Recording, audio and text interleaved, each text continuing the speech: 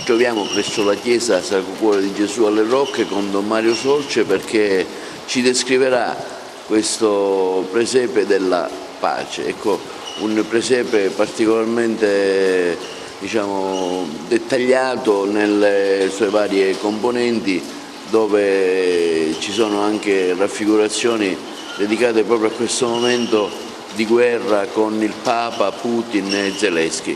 Ecco, un presepe che ha avuto parecchio lavoro prima di essere definito. Don Mario.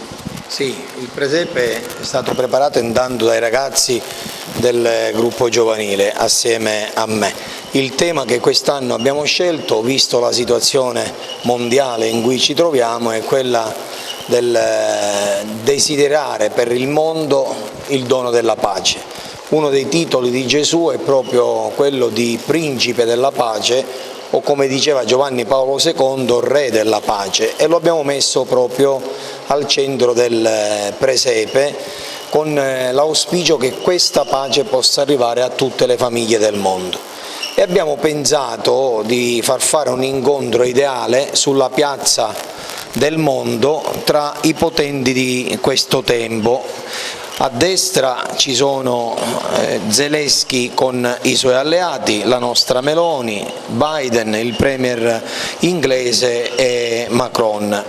A sinistra, dall'altra parte, ci sono invece Putin, il patriarca di Mosca, Xi Jinping, il presidente cinese, e poi i presidenti iraniano e indiano, che sono gli alleati di Putin. Abbiamo fatto partecipare queste nazioni con i loro eserciti, ma con una particolarità. Non sono eserciti che hanno portato le armi, ma le bande musicali, perché il desiderio è quello che tutte le bande del mondo, di tutti gli eserciti del mondo, possano suonare l'inno della pace.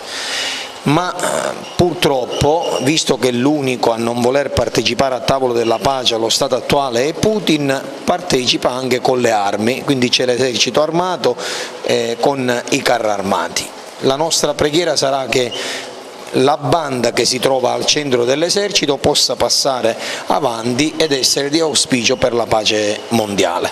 A fare da paciere tra i due schieramenti c'è Papa Francesco, che ha in braccio un bambino, e davanti a lui c'è anche il Dalai Lama, per simboleggiare un po' la partecipazione a questo desiderio di pace mondiale, un po' di tutte le religioni del mondo. Anche il Vaticano partecipa con una banda musicale, e dietro c'è anche lo stuolo di Cherichetti con Don Mario, che partecipa assieme a questo auspicio.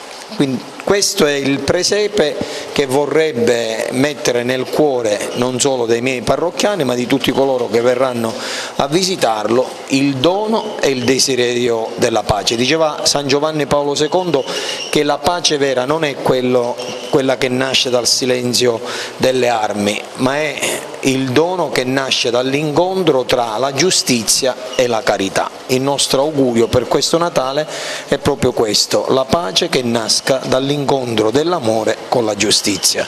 Auguri a tutti di un santo e sereno Natale. Grazie.